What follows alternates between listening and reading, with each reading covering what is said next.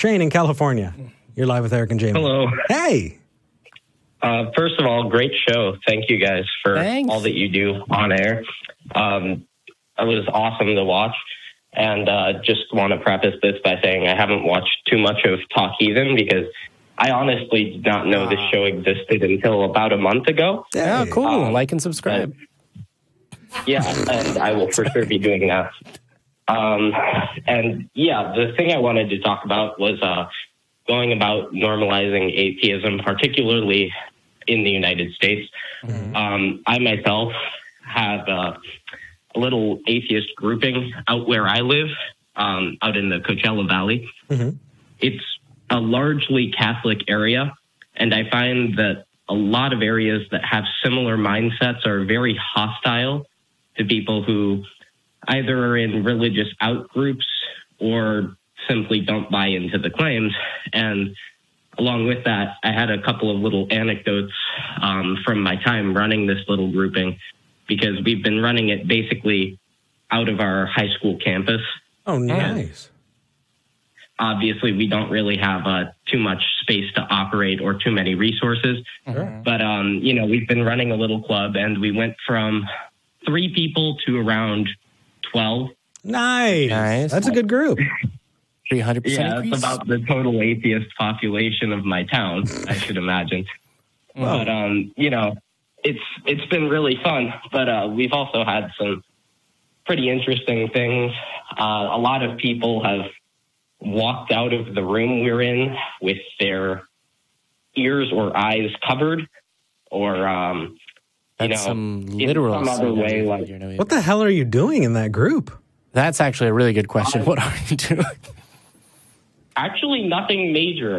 We have discussions about, you know, theology. Sometimes we'll have in some of our friends that think differently to talk over stuff with us and have reasoned evaluations of what we think. And other times it's stuff that's like explaining terms or going over philosophical propositions and stuff like that. We try not to get into like insulting anyone or doing anything like that. I mean, because that's obviously the last thing we would ever want to do. That's not an attractive thing for anyone to do. And it's kind of a waste of time to just go around assuaging people's beliefs with no good reason. Sure. So we basically try to put it together as a group that represents atheism in the Valley, because representation is very limited. And we're trying to show people that, hey, we're here and we're not bad people just for disbelieving. And a lot of people who are unwilling to even consider that just sort of walk out with their eyes and ears covered.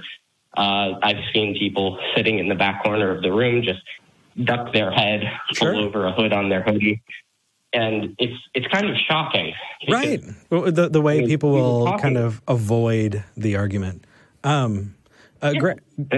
Shane, we are limited on time, so I wanted to make sure. Is this what you wanted to talk about, or did you want, or are we on a tangent? This is sort of what I wanted to talk about, this attitude of, you know, people look at atheism as if rejecting this proposition is so strange. And I know, right? It's kind of shocking to me, because it's the rejection of a proposition.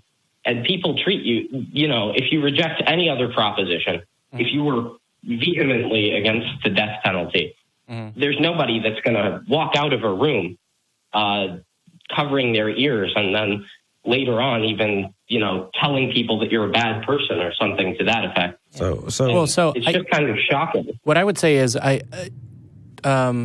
sports fandom, I think, is a good analogy. In fact, my parents, who are still believers, refer to local football as the local religion, which certainly in Texas is basically how it works. But if you told someone, no, I'm not a Steelers fan, even if you were in Pittsburgh, there's no one that's going to cover their eyes and close their ears and walk out of the room or say that you're a bad person. Which is why this is fundamentally different. Yeah, Here's the fundamental difference. As somebody who actually freaking believed it, I'll tell you, I thought I lived in a magical world. And in that magical world, there were things that could magically affect me in the way I thought of things. I thought that I was under the guidance and care of Jesus. I thought that being protected in that way meant that I needed to make sure that I wasn't opening myself up to evil, right? I mean, the reason someone like that would close their eyes and cover their ears is because they actually think that that evil is going to impact them, or it's actually going to hurt them or warp their mind away from God. I mean, religion generally has these kinds of things as stopgaps to try and kind of hop in and prevent that critical thinking. And I didn't know that it was that way. And honestly, I think it probably got that way from, generally, well-meaning means. But when you believe in magic, you can wind up in all kinds of weird places. But I've got to tell you, it may seem weird to somebody who hasn't believed, but when you really do believe it, you're in a war zone. I mean, you are in this spiritual, magical place. And atheists it's not the rejection of a belief. That's not what a lot of Christians think. It's not what a lot of believers think. They believe that those people are under Satan. They think they're under evil. They think that those people are intentionally not telling the truth to draw people away from God. I would stay away from the atheist term, and I was away from the atheist term for a long time because I honestly thought that. Even when I stopped being a Christian, I didn't say I was an atheist because it wasn't for another year and a half that I learned what an atheist actually is. Yeah. So it's been quite an experience because I used to be a Catholic, but I was never really super into it. I read the Bible, and because I was really young, I didn't really think much of it. Because I wasn't reading it very critically, I was just being fed whatever I was being told, and thinking, oh, well, okay, I'm probably just reading something wrong because I'm just too little to understand it. And then when I was exposed to critical thinking, really the thing that knocked me out of it was being put into a public school, because I went to a private Catholic school for most of my time before high school. And when I got exposed to really what life is like in a secular environment, even where people are religious, but still the environment in general has a secular ambiance to it, I found out that it's a world I'd much rather live in. And instead of, trying to repudiate people who were thinking differently than I was, I started to actually hear them out and listen to their claims. Which is the better approach. Absolutely. Yeah. Hey, Shane, I appreciate you sharing. We've got just a few minutes left. I'm trying to get to somebody else, but I'm glad that you're listening, that you're being open to people. I'm glad that you've started a group where people can feel like they belong. Do you got anything going on March 23rd? Are you going to do an Atheist Day thing with your group?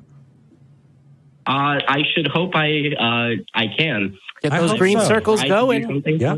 Reach out to Atheist Republic so you're listed. But take care, buddy. Okay. Thank you. Bye. Thank you.